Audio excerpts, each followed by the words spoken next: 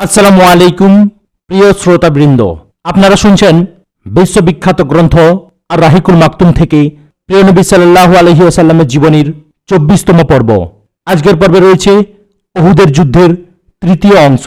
যারা প্রথম ও দ্বিতীয় অংশ শোনেননি কিংবা প্রিয় নবী সাল্লাল্লাহু আলাইহি ওয়াসাল্লামের জীবনীর প্রথম পর্ব থেকে শোনার আগ্রহী, তাদের উদ্দেশ্যে অনুরোধ করি চ্যানেলটির প্লেলিস্টে গিয়ে শুনে নিতে। আসুন শুরু করছি উহুদের যুদ্ধের তৃতীয় অংশ, নবীর শাহাদাতের খবর ও তার প্রতিক্রিয়া। ইবনে কুম্মা নবী সাল্লাল্লাহু আলাইহি ওয়াসাল্লামের নিহত হওয়ার খবর ছড়িয়ে দিলে মুহূর্তের মধ্যে তা মুসলমান এবং কাফেরদের কাছে পৌঁছে গেল। এটা ছিল খুবই নাজুক মুহূর্ত। এতে নবী সাল্লাল্লাহু আলাইহি ওয়াসাল্লামের কাছ থেকে দূরে যুদ্ধরত সাহাবাদের মনোবল ভেঙে পড়ল। অনেকেই কিংকর্তব্য বিমূঢ় হয়ে পড়লেন। সাহাবারা ইতস্তত বিক্ষিপ্ত হয়ে পড়লেন। চরম বিশৃঙ্খলা দেখা দিল। তবে একটা লাভ এই হলো যে কাফেরদের হামলা সাময়িকভাবে থেমে গেল, কেননা তারা ভাবছিল তাদের আসল উদ্দেশ্য পুরো হয়ে গেছে। বহু সংখ্যক মুশরিক মুসলমানদের উপর হামলা বন্ধ করে দিয়ে শুহাদায়ে কেরামের লাশের উপর মনের পৈশাচিক ঝাল মিটাচ্ছিল। তারা শহীদদের অঙ্গ প্রত্যঙ্গ কেটে ফেলছিল।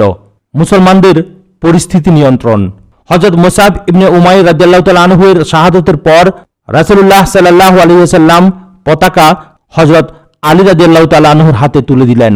হযরত আলী রাদিয়াল্লাহু তাআলা আনহু বীরত্বের সাথে লড়াই করলেন।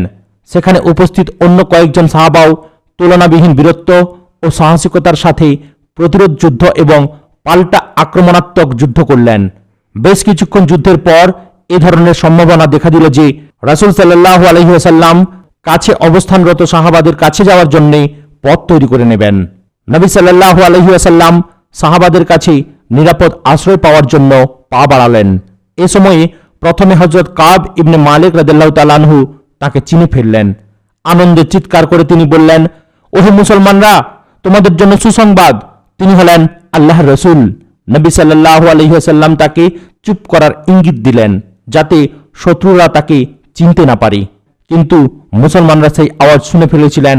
ফলে অল্পক্ষণের মধ্যে সাহাবাগণ প্রিয় নবী সাল্লাল্লাহু আলাইহি ওয়াসাল্লামের কাছে আসতে শুরু করলেন। অল্পক্ষণের মধ্যে ৩০ জন সাহাবা হাজির হলেন। এরপর রাসূল সাল্লাল্লাহু আলাইহি ওয়াসাল্লাম পাহাড়ের ঘাঁটিতে অর্থাৎ মুসলমানদের শিবিরের দিকে যেতে শুরু করলেন। নবী সাল্লাল্লাহু আলাইহি ওয়াসাল্লাম শিবিরে গিয়ে পৌঁছলে কাফেরদের উদ্দেশ্য ব্যর্থ হয়ে যাবে, এ কারণে তারা নবী সাল্লাল্লাহু আলাইহি ওয়াসাল্লামের গতিপথ রুদ্ধ করতে প্রাণান্তকর প্রয়াস চালালো। কিন্তু নবী সাল্লাল্লাহু আলাইহি ওয়াসাল্লাম কয়েকজন নিবেদিত প্রাণ সাহাবার বেষ্টনীর মধ্যে এগিয়ে চললেন। এ সময়ে ওসমান ইবনে আব্দুল্লাহ ইবনে মুগিরা নামের এক দুর্বৃত্ত রাসূল সাল্লাল্লাহু আলাইহি ওয়াসাল্লামের প্রতি অগ্রসর হয়ে বলল, হয়তো আমি থাকব অথবা তিনি থাকবেন। কিন্তু বেশি দূর অগ্রসর হতে পারল না, কেননা আবু আমের ফাসেকের খনন করা একটা গর্তের মধ্যে তার ঘোড়া পড়ে গেল।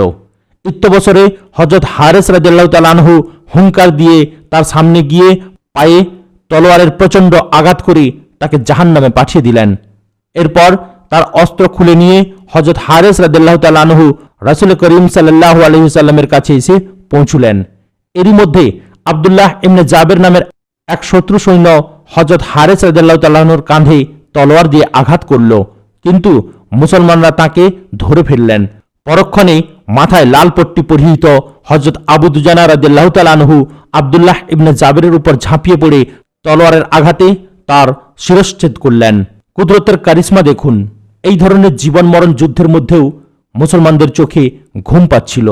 পবিত্র কোরআনের বাণী অনুযায়ী এটা ছিল আল্লাহর পক্ষ থেকে প্রদত্ত প্রশান্তির নিদর্শন। হযরত আবু তালহা রাদিয়াল্লাহু তাআলা আনহু বলেন, উহুদের বিভীষিকাময় যুদ্ধের সময় যাদের ঘুম পাচ্ছিল আমিও ছিলাম তাদের একজন। ঘুমের ঝোঁকে কয়েকবার আমার হাত থেকে তলোয়ার পড়ে গিয়েছিল। অবস্থা এমন হয়েছিল যে তরবারি পড়ে যাচ্ছিল আর আমি তা তুলে নিচ্ছিলাম। একাধিকবার এরকম হয়েছিল। মোট কথা, প্রাণপণ প্রচেষ্টায় রাসূল সাল্লাল্লাহু আলাইহি ওয়াসাল্লাম এবং সীমিত সংখ্যক সাহাবা পাহাড়ের ঘাঁটিতে অবস্থিত মুসলমানদের শিবিরে গিয়ে পৌঁছলেন। এরা অন্য মুসলমানদের জন্যও পথ করে দিলেন। ফলে অন্য সাহাবারাও সেখানে এসে পৌঁছলেন। এতে খালিদ ইবনে ওলীদের রণকৌশল রাসূল সাল্লাল্লাহু আলাইহি ওয়াসাল্লামের রণকৌশলের সামনে ম্লান হয়ে গেল। উবাই ইবনে খালফের হত্যাকাণ্ড।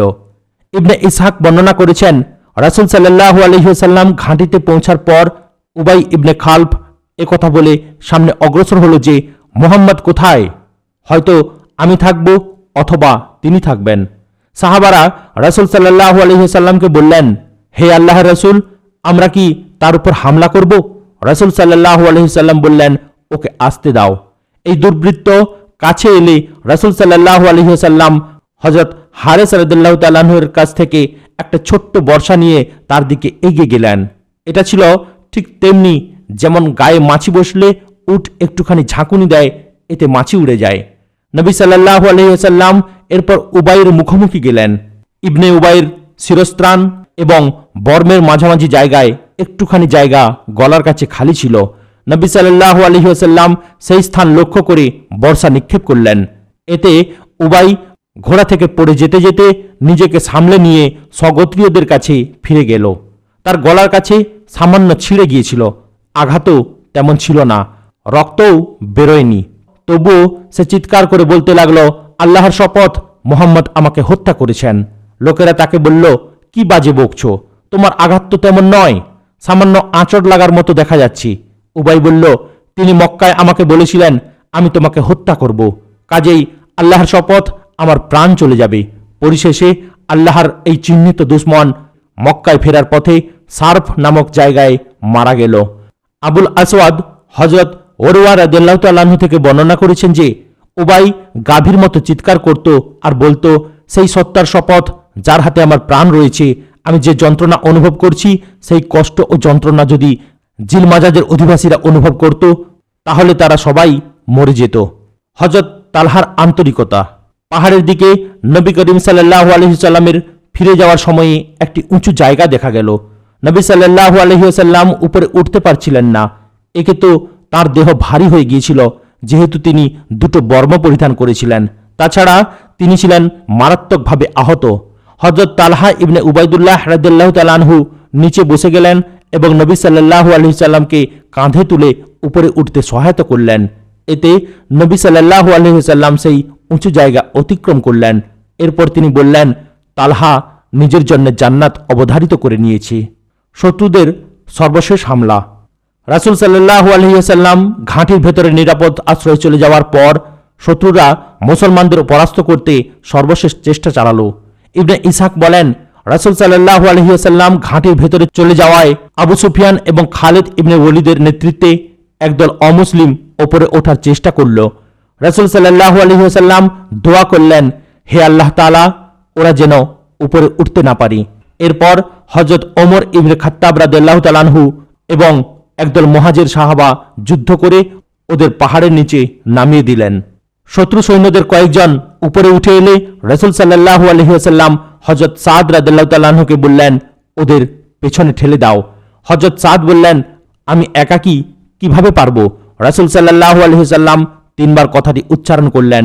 পরে হযরত সাদ রাদিয়াল্লাহু তাআলা আনহু তার তুন থেকে একটি তীর বের করে একজন শত্রুর প্রতি নিক্ষেপ করলেন। সেই দুর্বৃত্ত সেখানেই নিহত হলো। হযরত সাদ রাদিয়াল্লাহু তাআলা আনহু বলেন, এরপর আমি সেই তীর নিক্ষেপ করলাম, এই লোকটিকে আমি চিনতাম, সে সেখানেই প্রাণত্যাগ করল। সেই তীর নিক্ষেপে আরেকজনকে হত্যা করলাম। এরপর শত্রু সৈন্যরা নিচে নেমে গেল। আমি বললাম, এটি হচ্ছে বরকত সম্পন্ন তীর। পরে আমি সেই তীর আমার তুনের মধ্যে রেখে দিলাম। ইতিমধ্যে শত্রুরা নিচে নেমে গেছে। পরবর্তীকালে এই তীর হযরত সাদ রাদিয়াল্লাহু তাআলা আনহুর কাছে ছিল। তারপরে তার সন্তানরা সেটি সংরক্ষণ করেন। শহীদদের অঙ্গচ্ছেদন। রাসূল সাল্লাল্লাহু আলাইহি ওয়াসাল্লামের বিরুদ্ধে এটা ছিল শত্রু সৈন্যদের সর্বশেষ হামলা।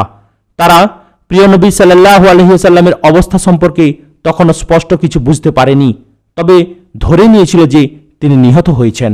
এ কারণে তারা নিজেদের শিবিরে ফিরে গিয়ে মক্কায় ফিরে যাওয়ার প্রস্তুতি শুরু করল। এ সময়ে কিছু মুশরিক নারী পুরুষ শহীদদের অঙ্গ প্রত্যঙ্গ কাটতে শুরু করল।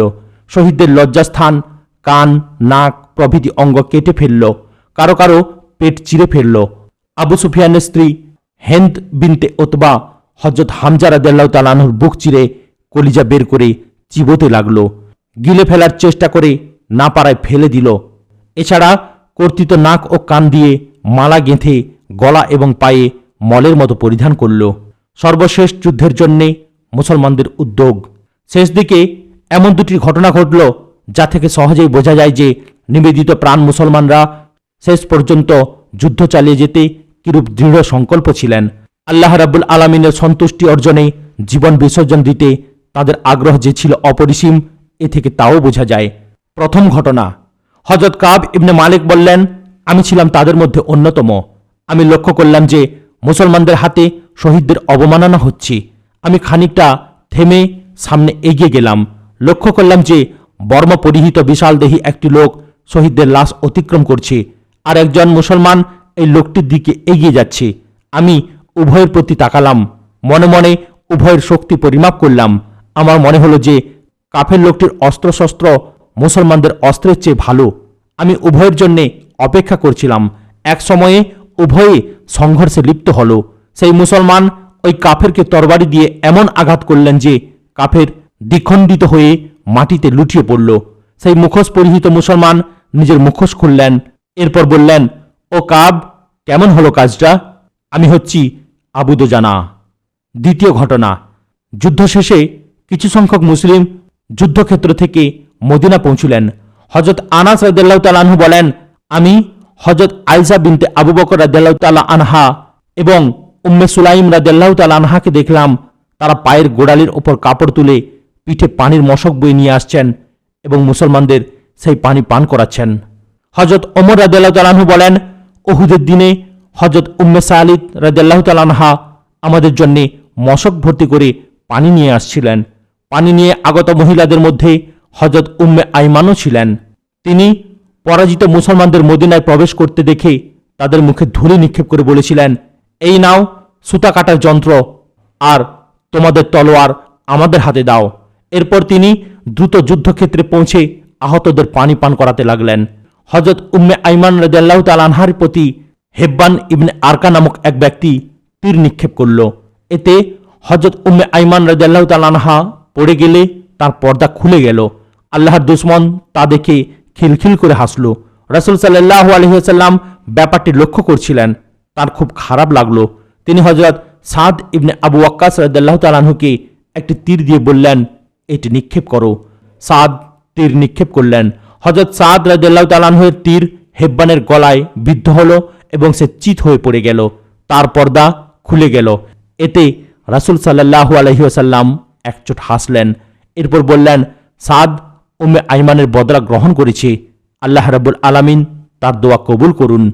ঘাঁটিতে আশ্রয় গ্রহণ করার পর রাসূল সাল্লাল্লাহু আলাইহি ওয়াসাল্লাম পাহাড়ের ঘাঁটিতে আশ্রয় নেওয়ার পর হযরত আলী রাদিয়াল্লাহু তাআলা আনহু তার ঢালে করে মেহরাজ থেকে পানি নিয়ে এলেন।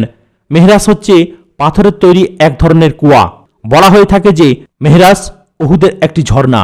সেই পানি এনে হযরত আলী রাদিয়াল্লাহু তাআলা আনহু নবী সাল্লাল্লাহু আলাইহি ওয়াসাল্লামকে দিলেন এবং পান করতে বললেন। কিন্তু কিছুটা গন্ধ অনুভব হওয়ায় নবী সাল্লাল্লাহু আলাইহি ওয়াসাল্লাম সেই পানি পান না করে চেহারার ক্ষত ধুয়ে নিলেন এবং কিছু পানি মাথায় ঢাললেন। সেই সময়ে রাসূল সাল্লাল্লাহু আলাইহি ওয়াসাল্লাম বলছিলেন, সেই ব্যক্তির উপর আল্লাহর কঠিন গজব যে ব্যক্তি আল্লাহর রাসূলের চেহারাকে রক্তাক্ত করেছে। হযরত সাহল রাদিয়াল্লাহু তাআলা আনহু বলেন, আমি দেখেছি রাসূল সাল্লাল্লাহু আলাইহি ওয়াসাল্লামের চেহারার রক্তকে ধুয়েছেন, পানিকে ঢেলেছেন এবং চিকিৎসাকে করেছেন। নবী সাল্লাল্লাহু আলাইহি ওয়াসাল্লামের প্রিয় কন্যা হযরত ফাতেমা রাদিয়াল্লাহু তাআলা আনহা তার ক্ষত ধুয়ে দিচ্ছিলেন। হযরত আলী রাদিয়াল্লাহু তাআলা আনহু পানি দিচ্ছিলেন।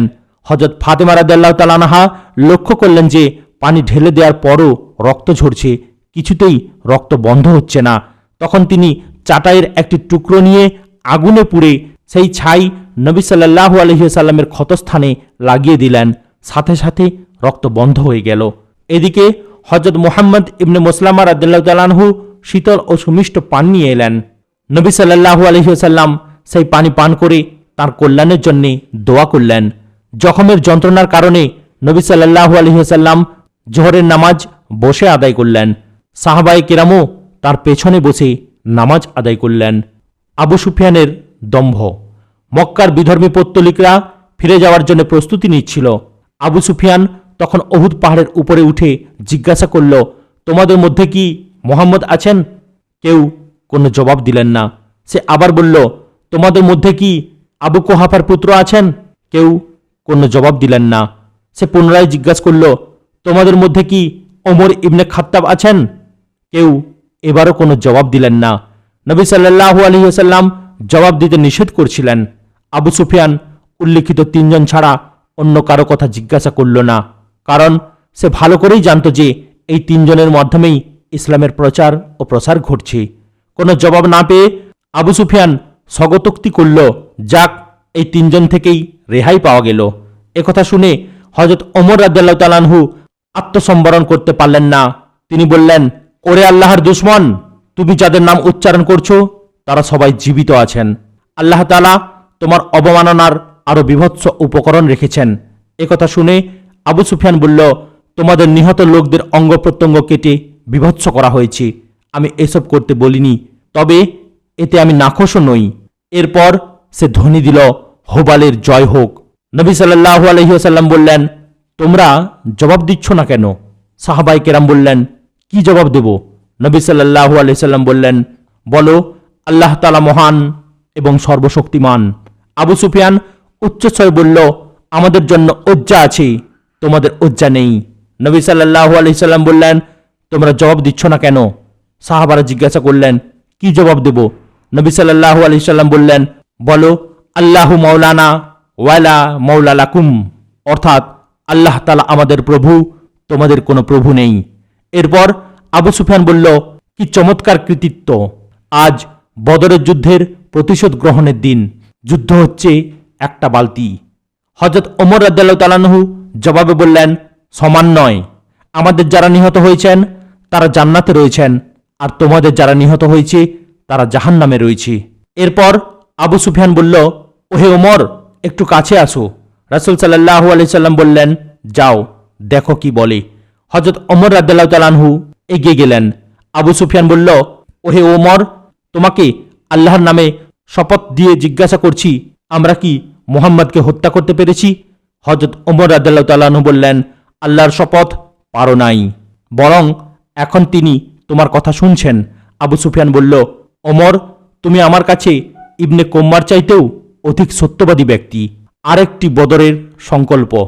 ইবনে ইসহাক রাদিয়াল্লাহু তাআলা আনহু বলেন, আবু সুফিয়ান এবং তার সাঙ্গপাঙ্গরা ফিরে যাওয়ার সময় বলল, আগামী বছর বদর প্রান্তরে পুনরায় লড়াই করার প্রতিজ্ঞা রইল।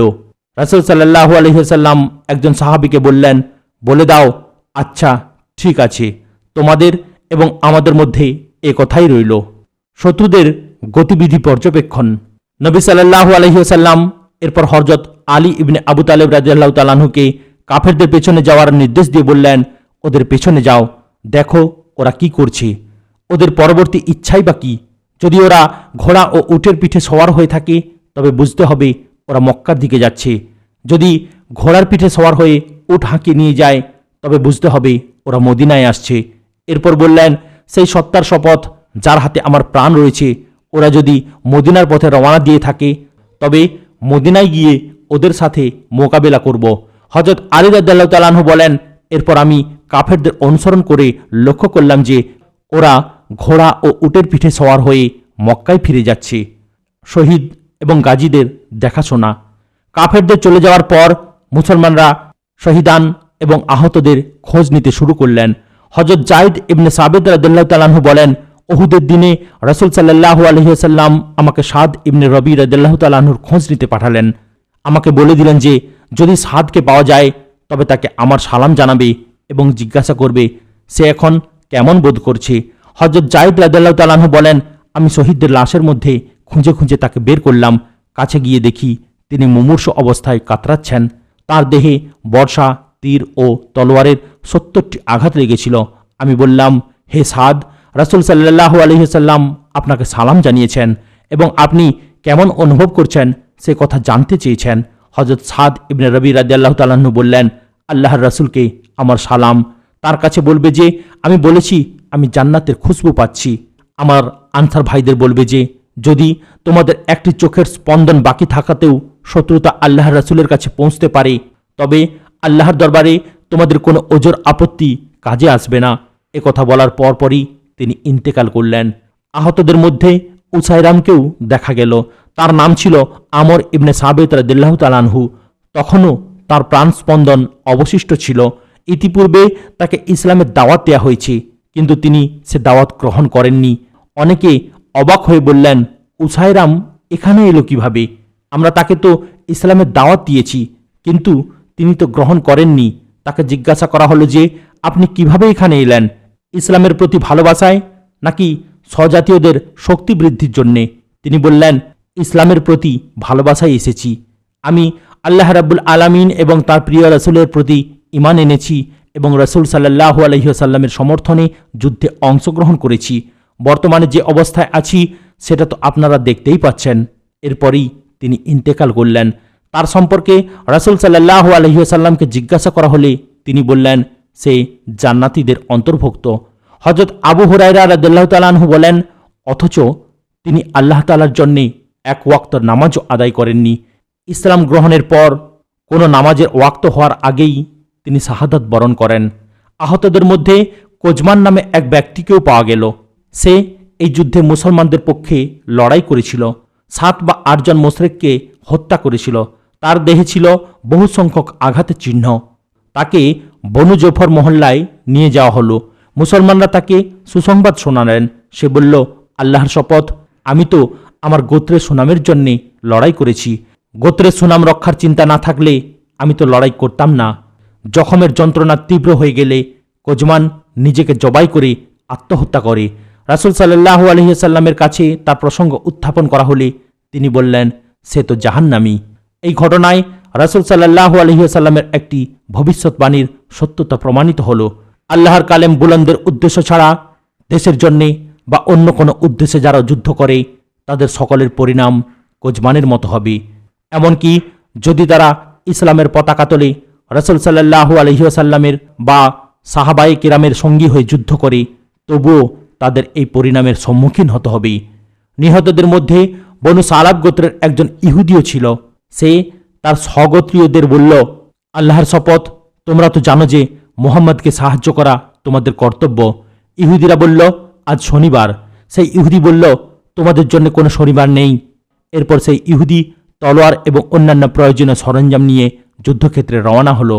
রওনা হওয়ার সময় বলল, যদি আমি যুদ্ধে নিহত হই তবে আমার অর্থ সম্পদের মালিকানা মুহাম্মদের, তিনি যা চান তাই করবেন। এরপর সে যুদ্ধক্ষেত্রে মুসলমানদের পক্ষে যুদ্ধ করতে করতে মারা গেল। রাসূল সাল্লাল্লাহু আলাইহি সাল্লাম সব কথা শুনে বললেন, সে ছিল একজন ভালো ইহুদি।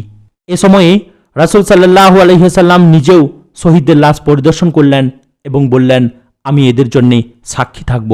প্রকৃতপক্ষে যে ব্যক্তি আল্লাহর পথে আহত হয়, আল্লাহ তাআলা তাকে কিয়ামতের দিন এমন অবস্থায় ওঠাবেন যে তার ক্ষতস্থান থেকে রক্ত ঝরতে থাকবে। সেই রক্তের রং তো রক্তের মতোই হবে, কিন্তু সেই রক্ত থেকে কস্তুরী সুবাস নির্গত হবে। কয়েকজন সাহাবা তাদের ঘনিষ্ঠ শহীদ সাহাবাদের লাশ মদিনায় স্থানান্তর করলেন। রাসূল সাল্লাল্লাহু আলাইহি ওয়াসাল্লাম এটা জানার পর সেই সব শহীদের লাশ শাহাদাত বরণের জায়গাতেই দাফন করার নির্দেশ দিলেন। তিনি বললেন, শহীদদের অস্ত্র এবং পুস্তিনের পোশাক খুলে নিয়ে তাদেরকে বিনা গোসলে দাফন করো। রাসূল সাল্লাল্লাহু আলাইহি ওয়াসাল্লাম 2-3 জন সাহাবার লাশ একই কবরে দাফন করার নির্দেশ দিলেন। 2 জন সাহাবার লাশ একই কাফনে জড়িয়ে দাফন করারও নির্দেশ দিলেন। 2 জন সাহাবাকে একই কাফনে জড়ানোর পর রাসূল সাল্লাল্লাহু আলাইহি ওয়াসাল্লাম জিজ্ঞাসা করলেন যে, এই 2 জনের মধ্যে কুরআনে করিম কার বেশি মুখস্থ ছিল? সাহাবারা যার প্রতি ইশারা করতেন তাকে কবরের নিচের দিকে রাখার জন্য বলতেন। তিনি বলছিলেন, আমি কিয়ামতের দিন এদের সম্পর্কে সাক্ষ্য দেব। আব্দুল্লাহ ইবনে আমর ইবনে হারাম রাদিয়াল্লাহু তাআলা আনহু এবং ওমর ইবনে জামুহ রাদিয়াল্লাহু তাআলা আনহুকে একই কবরে দাফন করা হলো, কেননা তাদের দুজনের মধ্যে ছিল ঘনিষ্ঠ বন্ধুত্ব। হযরত হানজালা রাদিয়াল্লাহু তাআলা আনহুর লাশ খুঁজে পাওয়া যাচ্ছিল না। সন্ধান করার পর এক জায়গায় পাওয়া গেল, তার লাশ থেকে পানি ঝরছিল। লাশ ছিল মাটি থেকে কিছুটা উপরে। রাসূল সাল্লাল্লাহু আলাইহি সাল্লাম সাহাবাদের বললেন, ফেরেশতাগণ তাকে গোসল করাচ্ছেন। এরপর বললেন, তার স্ত্রীকে জিজ্ঞাসা করো ব্যাপারটা কি। জিজ্ঞাসা করা হলে তিনি ঘটনা বললেন। সেই থেকে হযরত হানজালা রাদিয়াল্লাহু তাআলা আনহুর নাম হলো গাসিলুল মালাইকা, অর্থাৎ এমন ব্যক্তি যাকে ফেরেশতারা গোসল দিয়েছেন। রাসূল সাল্লাল্লাহু আলাইহি ওয়াসাল্লাম চাচা হামজার অবস্থা দেখে খুবই বিমর্ষ হয়ে পড়লেন। প্রিয় নবী সাল্লাল্লাহু আলাইহি ওয়াসাল্লামের ফুফু হযরত সাফিয়া রাদিয়াল্লাহু তাআলা আনহা এলেন। তিনি হযরত হামজা রাদিয়াল্লাহু তাআলা আনহুকে দেখতে চাচ্ছিলেন, কিন্তু রাসূল সাল্লাল্লাহু আলাইহি ওয়াসাল্লাম হযরত সাফিয়ার পুত্র হযরত জুবাইর রাদিয়াল্লাহু তাআলা আনহুকে বললেন, ওকে ফিরিয়ে নিয়ে যাও, তিনি যেন নিজ ভাইয়ের অবস্থা দেখতে না পান। কিন্তু হযরত সাফিয়া রাদিয়াল্লাহু তাআলা আনহা বললেন, তা কেন? আমি জানি আমার ভাইয়ের অঙ্গ প্রত্যঙ্গ কেটে ফেলা হয়েছে। হযরত হামজা রাদিয়াল্লাহু তাআলা আনহু আল্লাহর পথে ছিলেন, কাজেই যা কিছু হয়েছে তা আমরা মেনে নিয়েছি। আমি সওয়াবের আশায় ইনশাআল্লাহ সবর করব। এরপর তিনি হযরত হামজা রাদিয়াল্লাহু তাআলা আনহুর কাছে এলেন, দেখলেন, ইন্না লিল্লাহ পড়লেন, তার জন্যে দোয়া করলেন এবং মাগফিরাত কামনা করলেন। এরপর রাসূল সাল্লাল্লাহু আলাইহি ওয়াসাল্লাম আদেশ দিলেন যে হযরত হামজা রাদিয়াল্লাহু তাআলা আনহুকে আব্দুল্লাহ ইবনে জাহাসের সাথে দাফন করো। তিনি হযরত হামজা রাদিয়াল্লাহু তাআলা আনহুর ভ্রাতুষ্পুত্র এবং দুধভাই ছিলেন। হযরত আব্দুল্লাহ ইবনে মাসউদ রাদিয়াল্লাহু তাআলা আনহু বর্ণনা করেন যে রাসূল সাল্লাল্লাহু আলাইহি ওয়াসাল্লাম হযরত হামজা রাদিয়াল্লাহু তাআলা আনহুর জন্য যেভাবে কেঁদেছিলেন তাকে অন্য কোনো সময়ই ওরকম কাঁদতে দেখা যায়নি। প্রিয় নবী সাল্লাল্লাহু আলাইহি ওয়াসাল্লাম হযরত হামজা রাদিয়াল্লাহু তাআলা আনহুকে কিবলার দিকে রাখলেন। এরপর তার জানাজার পাশে দাঁড়িয়ে এমনভাবে কাঁদলেন যে আমরা তার কান্নার হু হু শব্দ শুনতে পেলাম। শহীদদের অবস্থা ছিল বড় হৃদয় বিদারক। হযরত খাব্বাব ইবনে আরত রাদিয়াল্লাহু তাআলা আনহু বলেন, হযরত খাব্বাব রাদিয়াল্লাহু তাআলা আনহুর জন্য কালো পাড় বিশিষ্ট একটি চাদর ছাড়া অন্য কোনো কাফন পাওয়া যায়নি। এই চাদর মাথার দিকে টেনে দেয়া হলে পায়ের দিক খালি হয়ে যেত, আর পায়ের দিকে টেনে দেয়া হলে মাথার দিক খালি হয়ে যেত। শেষ পর্যন্ত পা খালি রেখে ইজকির ঘাস দিয়ে পা ঢেকে দেয়া হয়। হযরত আব্দুর রহমান ইবনে উমাইর রাদিয়াল্লাহু তাআলা আনহুর শাহাদাতের ঘটনা ঘটল। তিনি ছিলেন আমার চেয়ে ভালো। একটি মাত্র চাদর দিয়ে তাকে কাফন দেয়া হলো। সেই চাদর দিয়ে তার মাথা ঢেকে দেয়া হলে পা খুলে যেত, পা ঢেকে দেয়া হলে মাথা খুলে যেত। তার কাফনের এরূপ অবস্থার কথা হযরত খাব্বাব রাদিয়াল্লাহু তাআলা আনহু বর্ণনা করেছেন। তবে এটুকু বেশি বর্ণনা করেছেন যে তার এই অবস্থা দেখে রাসূল সাল্লাল্লাহু আলাইহি ওয়াসাল্লাম আমাদের বলতেন, চাদর দিয়ে তার মাথা ঢেকে দাও এবং পায়ের উপর ইজকির ঘাস চাপিয়ে দাও। আজ এখানে সমাপ্ত করলাম। ভিডিওর পরবর্তী অংশ শোনার জন্য চ্যানেলটিকে সাবস্ক্রাইব করুন, লাইক, কমেন্ট এবং শেয়ার করতেও ভুলবেন না। আসসালামু আলাইকুম ওয়া রাহমাতুল্লাহি ওয়া বারাকাতুহু।